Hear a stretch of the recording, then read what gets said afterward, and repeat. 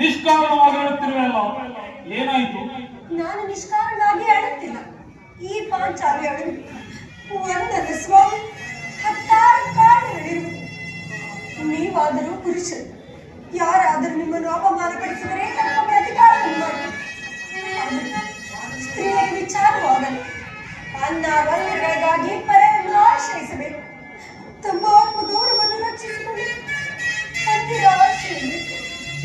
ಹೇ ದೇವ, ಇಂತಹ ಸ್ತ್ರೀ ಜಾತಿಯನ್ನು ಏತಕ್ಕಾಗಿ ಸೃಷ್ಟಿಸುತ್ತದೆ? ಸ್ತ್ರೀಯರ ಪ್ರಾಧಾನ್ಯವು ನಮ್ಮ ಸಮಾಜದ ನಿಯಮ. ಭಗವತ್ ಸ್ವರೂಪರಾದ ಋಷಿಮುನಿಗಳ ಆಜ್ಞೆ. ಕಟ್ಟಿಕೊಂಡ ಧರ್ಮಪತ್ನಿಯನ್ನು ಜೂಜಿನಲ್ಲಿ ಪಣವಾಗಿಡುವಂತೆ ಋಷಿಗಳು ಆಜ್ಞೆ ಮಾಡಿದರಲ್ಲವೇ? ಪತಿಗಳು ತಪಸ್ಸು ಮಾಡಿ ಪಡೆಯುವಂತಹ ಪತಿಗಳನ್ನು ಒಂದು ದಿನದ ವಿವೇಕದಿಂದ ನಮ್ಮನ್ನು ಸಾಯುವ ದೇವಿ ನನ್ನ ಅಪರಾಧವನ್ನು ಕ್ಷಮಿಸುವಂತೆ ನಾನು ನಿನ್ನಲ್ಲಿ ಎಷ್ಟೋ ಸಾರಿ ಕೇಳಿಕೊಳ್ಳಲಿಲ್ಲ. ಹಾಗಿದ್ದು ಹಾಗೆ ಹೋಯಿತು, ಅದನ್ನು ಮರೆತು ಬಿಡು. ಈ ದಿನ ನೀನು ದುಃಖಿಸಲು ಕಾರಣವೇನೆಂದು ನಾನು ನೋಡದೆ ತಿಳಿಸು. ಸರ್, ಅವರು ನಾಟಕ ಆಡ್ತಾ ಇದ್ದಾರೆ. ನಾಟಕ ಮುಗಿದ್ಮೇಲೆ ಫೋನ್ ಮಾಡಕ್ಕೆ.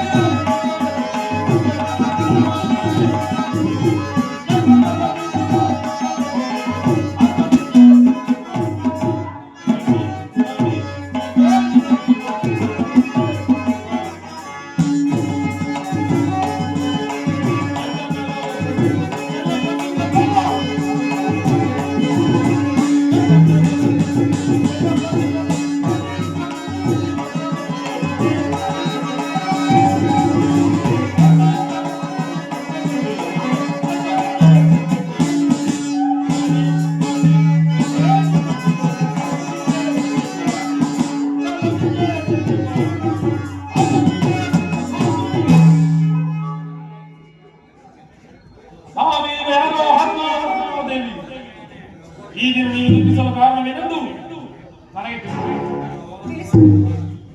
ಹೀಗೆ ನಾನು ದೇವಿಯ ದರ್ಶನಕ್ಕೆಂದು ಹಸ್ತಿನಾಂಬೆಯ ಮಂದಿರಕ್ಕೆ ಹೋಗಿದ್ದೆ. ಅಲ್ಲಿ ಆ ದುರ್ಯೋಧನ ಪತ್ನಿಯಾದ ಭಾನುಮತಿಯು ಸಹ ಬಂದಿದ್ದರು ಸ್ವಾಮಿ. ಪ್ರಾಣೇಶ್ವರ ದ್ಯೂತನು 5 ಸಂಧಿಗಾಗಿ 5 ಗ್ರಾಮಗಳನ್ನು ಬೆಳೆದು ಹೊರಟರು. ಇನ್ನೇನು ಇಷ್ಟರಲ್ಲಿ ಸಂಧಿಯಾಗಿ ಈಗಲಾದರೂ ನಿನ್ನ ಬಿಚ್ಚಿದಲ್ಲಿ ಜಲಾಶಯ ಅಪಹಾಸ್ಯ ಮಾಡಿ ದುರ್ಯೋಧನೊಡನೆ ಪುನಃ ಸಂಧಿಗೆ ಪ್ರಯತ್ನ. ಹಾಗಾದರೆ ನನ್ನ ಸಂದೇಹವು ನಿಶ್ಚಯವಾಗಿ ಯಾರು ನಾಳೆ ಬರುತ್ತಿರುವುದು? ನಮ್ಮಣ್ಣನಾದ ಶ್ರೀಕೃಷ್ಣ ಪರಮಾತ್ಮ ಗೋಪಿಕಾಂಜನೇಯರ ವಿಲಾಸ ವಿಕ್ರಮಗಳಲ್ಲಿ ಮಗ್ನನಾದಿರುವುದಿಲ್ಲ. ಯೋಧವನ್ನು ಮರೆಯುವುದಾದ ಅರ್ಜುನನ ಭಾರತೀಯ ಹೊಂದಿರುವಾಗಲೇ ಹೀಗಾಗಲು ತಿಳಿದಿದೆ. ಅದರಲ್ಲಿ ಪಂಚಾಲಿ ಆ ಭಾರತಿಗೆ ಏನೆಂದು ಉತ್ತರ ಕೊಟ್ಟೆ? ಪ್ರಾಣೇಶ್ವರ, ಇಷ್ಟೇನಾಗಲಿ ನಾನು ನಿಮ್ಮ ಪ್ರೀತಿಯಲ್ಲವೇ? ಅಲ್ಲವೇ? ಪ್ರಶ್ನೆಗೆ ಸರಿಯಾದ ಉತ್ತರವನ್ನೇ ಕೊಟ್ಟೆನು. ನಿನ್ನ ಕಟ್ಟಿದ ಮುಡಿಯನ್ನು ಬಿಚ್ಚುವರೆಗೂ ಈ ನನ್ನ ಬಿಚ್ಚಿದ ಮುಡಿಯನ್ನು ಕಟ್ಟುವುದಿಲ್ಲವೇ ಭಾನುಮತಿ?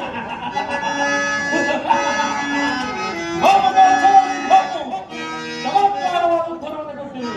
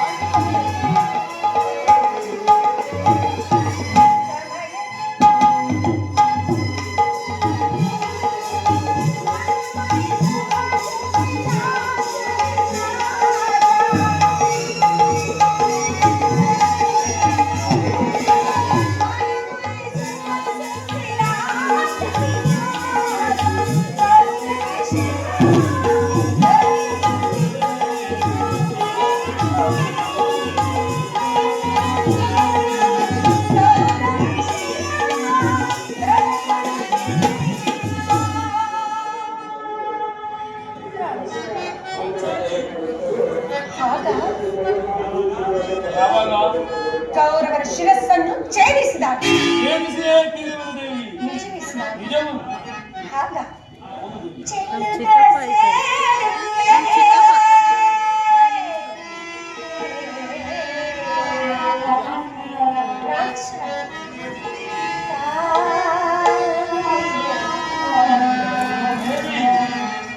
ಹೌದು ಪ್ರಿಯ. ಚೆಲ್ಲುತ್ತ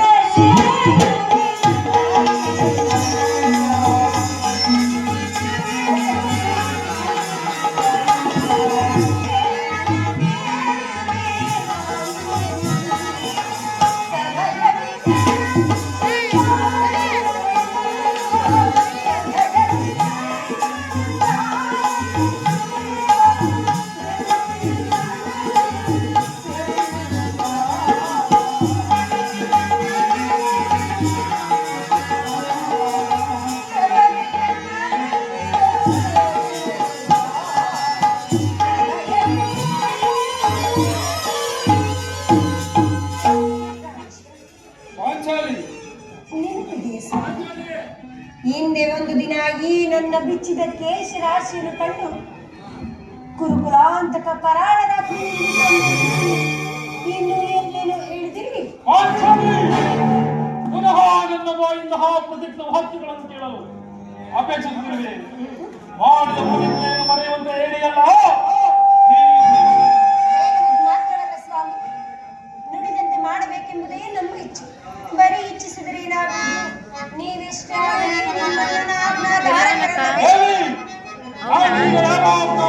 ಹಂಗೆ ನೋಡ್ತಾ ಇರು, ಹೋಗ್ಬಿಡ್ತಿರ್ತಾನೆ. ಸಂಧಿಯ ಪ್ರಸ್ತಾಪದಲ್ಲಿ ತೊಡಗಿರುವರು. ಸಂಧಿಯ ಪ್ರಸ್ತಾಪದಲ್ಲಿ ತೊಡಗಲಿ. ನಾನು ಯುದ್ಧವನ್ನು ಬಹು ಆತುರದಿಂದಲೇ ನಿರೀಕ್ಷಿಸುತ್ತಿರುವೆ. ಧರ್ಮ ಪಾರಾಯಣ ಯುಧಿಷ್ಠಿರನು ದುರ್ಯೋಧನ ಅಂತ ಅಪರಾಧವನ್ನು ಶಿಕ್ಷಿಸುವುದು. ಆದರೆ ನಾನು ಒಂದು ಘನೆಯೂ ಸಹಿತಲ್ಲ.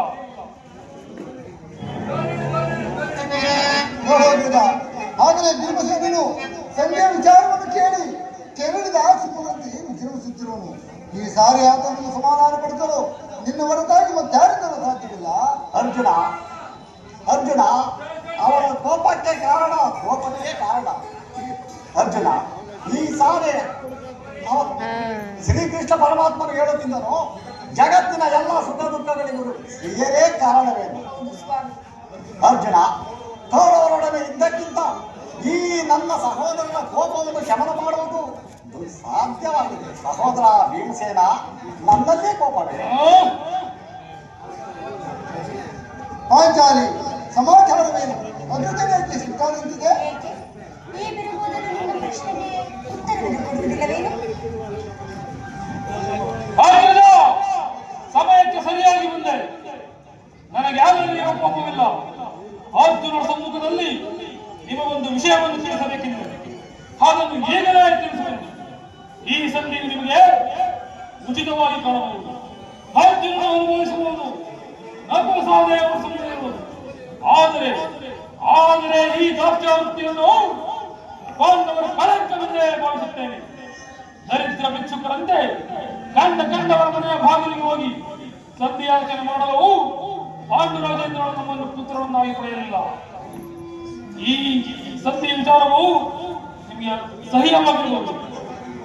ಆದರೆ ಇದನ್ನು ಕ್ಷಣವೂ ಸಹಿಸಲು ಕಾಣಲ್ಲ. ಯುದ್ಧಕ್ಕಾಗಿ ನಿಮ್ಮ ಹನುಮದೇನಾಗಲಿ ಅರ್ಜುನ ಸಹಾಯವನ್ನಾಗಲಿ ನಾನು ಕೇಳುವುದಿಲ್ಲ. ನಾನು ಮತ್ತು ನನ್ನೀಗಿದೆ.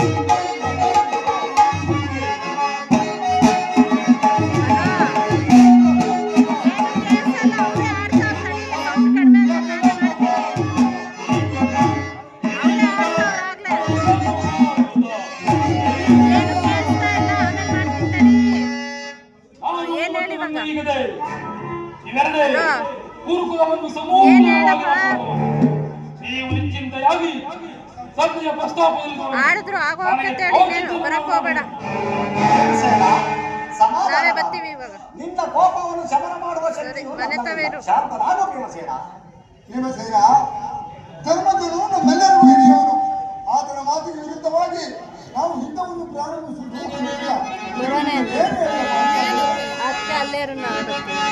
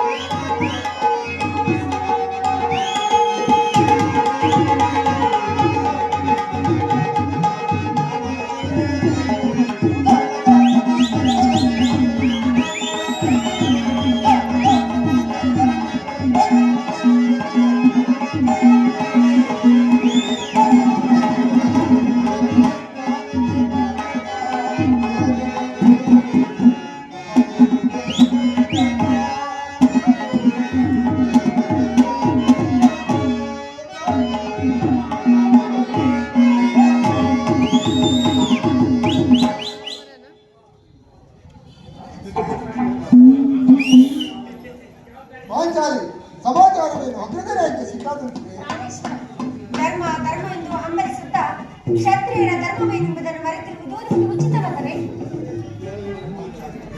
ಪಾಂಚಾಲಿ, ಯುದ್ಧವು ಶಾಂತಿ ರಕ್ಷಣೆಯ ಕ್ಷತ್ರಿಯರ ಕರ್ತವ್ಯ. ಯುದ್ಧವು ಎಂತಹ ಘೋರ ಕರ್ಮವೆಂಬುದನ್ನು ನೀನು ತಿಳಿದಿಲ್ಲ. ನಾನು ಅಭಿಮಾನಕ್ಕೆ ವಶನಾಗಿ ಯುದ್ಧವನ್ನು ಪ್ರಾರಂಭಿಸಿದರೆ ಮುಂದೆ ಅವಿಚಾರಕ್ಕಾಗಿ ದುಃಖಿಸಬೇಕಾಗುವುದು. ಅದಕ್ಕಾಗಿಯೇ ನಾನು ಸಂಧಿಗೆ ಸರ್ವ ಪ್ರಯತ್ನಗಳನ್ನು ಮಾಡುತ್ತಿದ್ದೇನೆ. ರಾಜೇಂದ್ರ, ದಾಮ್ಯರನ್ನು ಸಂಧಿಗಾಗಿ ಕಳುಹಿಸಲು ಇದು ಮದುವೆ ಯಾವತನವಲ್ಲ ಎಂದು ಹೇಳಿ ಕಳುಹಿಸಿದರು. ಅದರ ಪರಿಜ್ಞಾನವೂ ನಿಮಗೆ ಇಲ್ಲದೆ ಹೋಯಿತು. ಪುನಃ ನಮ್ಮಣ್ಣರಾದ ಶ್ರೀಕೃಷ್ಣ ಪರಮಾತ್ಮರನ್ನು ಸಂಧಿಗಾಗಿ ಕಳಿಸಿದಿರಲ್ಲ ಎಂಬ ಚಿಂತೆಯಾಗಿರುವುದು. ಇದೇನಿದು ಕೋಲಾಹಲ? ಅರ್ಜುನ, ನಾನಿಂದ ನೋಡುವನು ಸಂಧಿಯ ಫಲವನ್ನು ಕೇಳುವುದರಿಂದ ನನಗಾವ ಪ್ರಯೋಜನವಿಲ್ಲ. ಗೊತ್ತೇನೋ ಅಷ್ಟೇ ಇರೋದು. ನಿಮ್ಮ ಅಪೌರುಷದ ವರ್ತಮಾನವು ನಿಮಗೇನಿಲ್ಲ. ಅವೆಲ್ಲ ಇಲ್ಲ. ಅಧಿಕಾರ ಮಾತ್ರ ನನಗಿರಲಿ. ಸ್ವಾಮಿ, ಸ್ವಲ್ಪ ನೀನು ನಮ್ಮಣ್ಣನು ಇತ್ತ ಕಡೆ ಬರುತ್ತಿರುವರು. ಆತನಿಂದ ರಾಜ್ಯಸಭೆಯ ವರ್ತಮಾನವನ್ನು ತಿಳಿದುಕೊಂಡು ಬಳಿಕ ಮತ್ತು ಅದು ಯಾವ್ಯಾವ ಸೀನ್ ಇಲ್ಲ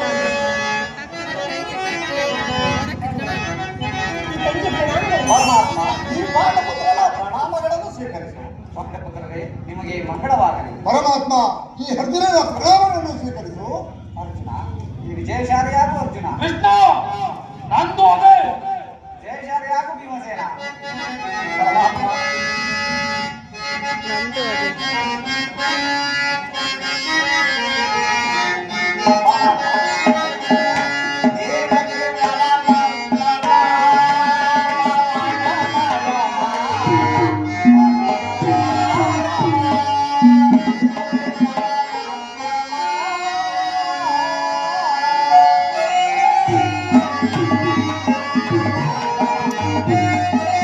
ಚಿಕ್ಕಪ್ಪ ಮಾತಾಡ್ಸ್ಕೊಂಡ್ಬಿಟ್ಟಿದೆ, ಗಿಫ್ಟ್ ಚಿಕ್ಕಪ್ಪ ಮಾತಾಡ್ಸ್ಕೊಂಡು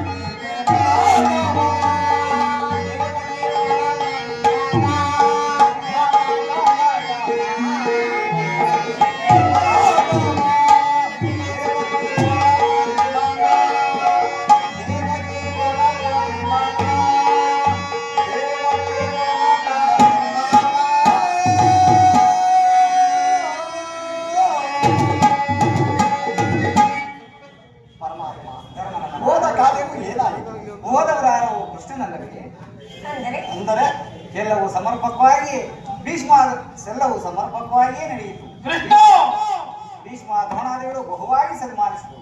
ಸ್ವಯಂ ಧೃತರಾಷ್ಟ್ರನನ್ನು ವಿಧವಿಧವಾಗಿ ಉಪಚರಿಸಿದರು ಧರ್ಮನಂದನ. ಕೃಷ್ಣ ಭೀಮಸೇನ ಪಾಂಚಾಲಿ ನಾನಿಲ್ಲಿರುವುದು ಸಾಧ್ಯವಿಲ್ಲ.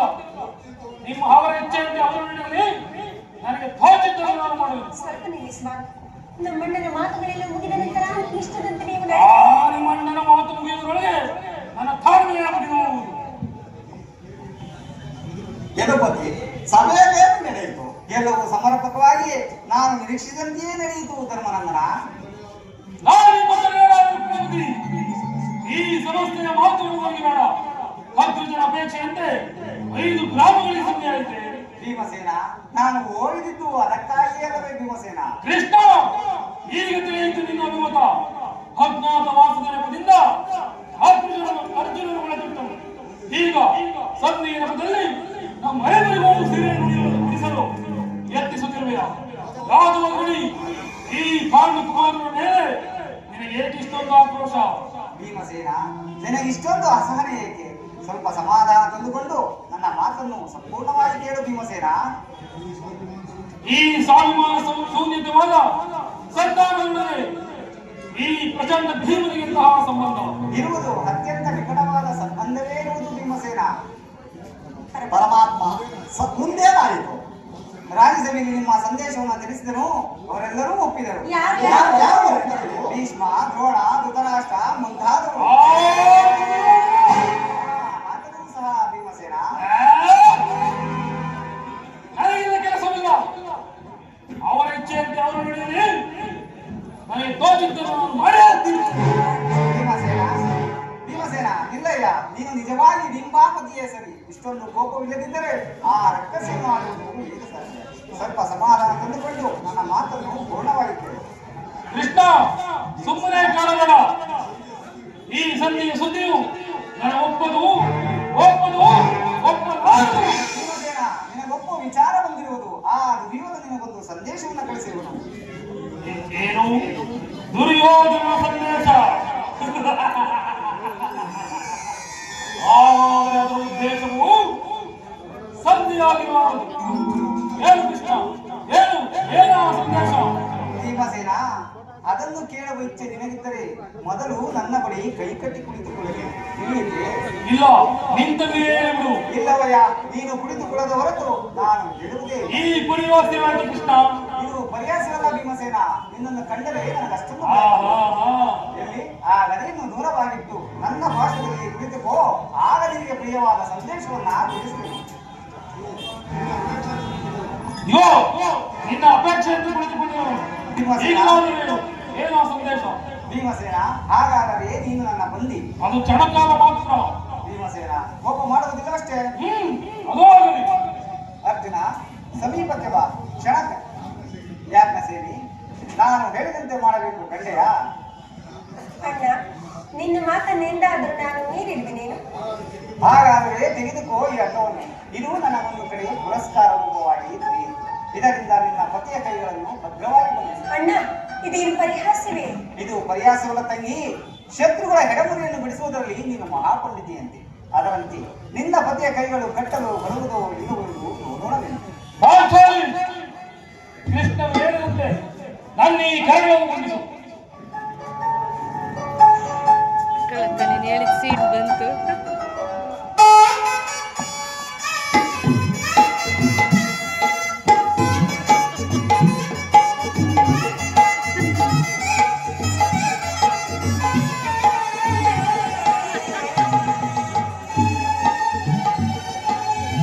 ಭೀಮಸೇನ ಹಾಗಾದರೆ ನೀನು ನನ್ನ ಬಂದಿ. ಅದು ಕ್ಷಣಕಾಲ ಮಾತ್ರ ಕೃಷ್ಣ. ಈಗ ಕೇಳಿರಿ, ಭೀಮಸೇನನ್ನು ಬಂಧಿಸಲು ಈ ಅಡ್ಡದಿಂದ ಇಂದಿನ ರಾಜ್ಯದಲ್ಲಿ ನನ್ನ ಅಂಗಾಂಗಗಳನ್ನು ಬಂಧಿಸಲು ಮತ್ತಿನ್ಯಾರು? ದ್ರೋಭಿಮಾನಿಯಾದ ದುರ್ಯೋಧನನು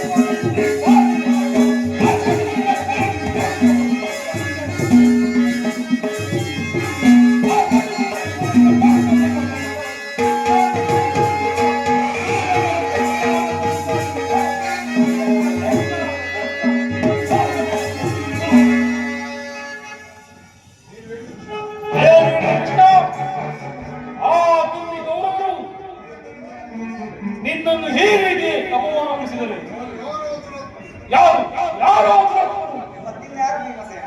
ದುರಭಿಮಾನಿಯಾದ ದುರ್ಯೋಧನು ಆಜ್ಞೆ ಮಾಡಿದನು.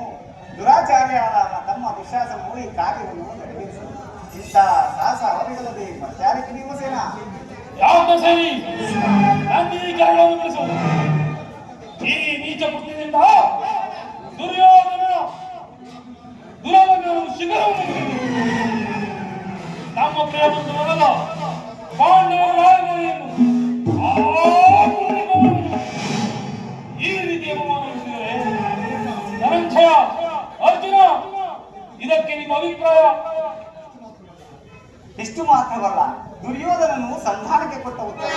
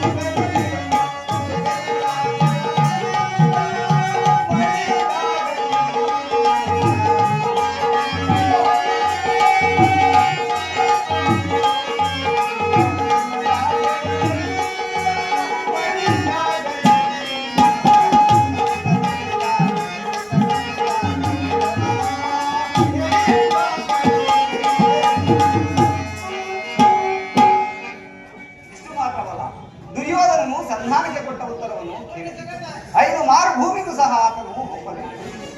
ಸಂಧಿಯನ್ನು ಅಪೇಕ್ಷಿಸುವುದಾದರೆ ಅದು ರಣರಂಗದಲ್ಲಿ, ಶಸ್ತ್ರಾಸ್ತ್ರಗಳ ಆಸ್ಥಾನದಲ್ಲಿ, ವೀರಗತಿಕರ ಘೋಷಕದಲ್ಲಿ. ಈ ಸಂದೇಶಕ್ಕೆ ಉಳಿದಿರುವುದೊಂದೇ ಉತ್ತರ, ಅದು ಯುದ್ಧ. ನಮ್ಮ ನಮ್ಮ ನಮ್ಮ ಪ್ರಯತ್ನಗಳೆಲ್ಲ ಸಫಲವಾಗಿ ಹೋಗಿ ಮುಂದೆ ಬಂದು ನಿಂತಿರುವುದು ಯುದ್ಧ. ಕೃಷ್ಣ, ನೀನು ತಿಳಿದಿರುವೆ, ನಾನೇನು ಯುದ್ಧವನ್ನು ಅಪೇಕ್ಷಿಸಿದವನಲ್ಲ. ಸಂಧಿಗಾಗಿ ಸರ್ವ ಪ್ರಯತ್ನಗಳನ್ನು ಮಾಡಿದ್ದೇನೆ.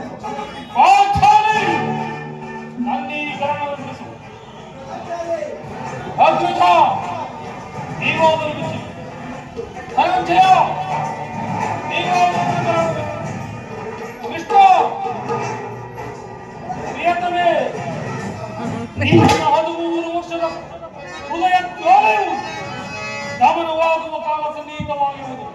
ಬಾದೇವಿ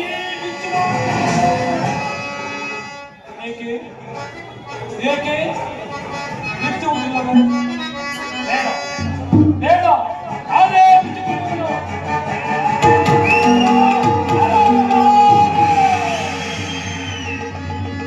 ಈಗ ಭೀಮಸೇನ ವೀರ ಪ್ರತಿಜ್ಞೆಯನ್ನು ಅದು ದುರ್ಯೋಧನ ವಡ್ಭಾರದಲ್ಲಿ ನಮ್ಮ ದುರ್ದೈವವು ಗೌರಿದ ಪರಮವಧಿಯನ್ನು ಮುಟ್ಟಿದಾಗ ಅಂದು ದುಷ್ಟ ದುಶ್ಯಾಸನದಿಂದ ಅಪಮಾನಿತರಾಗಿ ಒಬ್ಬ ಕೇಶರಾಶಿಯಿಂದ ನಿಂತಿದ್ದ ಪಂಚರಾಜೇಂದ್ರನಿಂದ ಎದುರು ಅಂದು ಅಂದು ಪ್ರತಿಜ್ಞೆ ಮಾಡಿದ್ದರು. ಇಂದು ಯುದ್ಧಕ್ಕೆ ಸನ್ನದ್ಧವಾಗುವುದು ಪುನಃ ಪ್ರತಿಜ್ಞೆ ಮಾಡಿದರು. ನಾನು ವಾಯುದೇವನ ಭಕ್ತರಿಂದ ತಿಳಿಸಿದ್ದೆ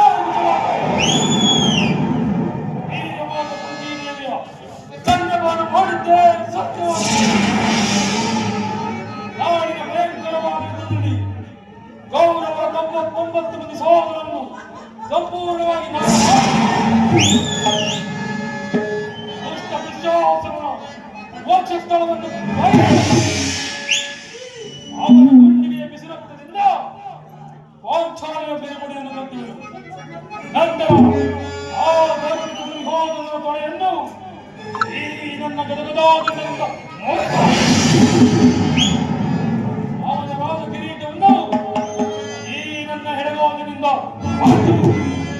ಧನ್ಯವಾದಗಳು.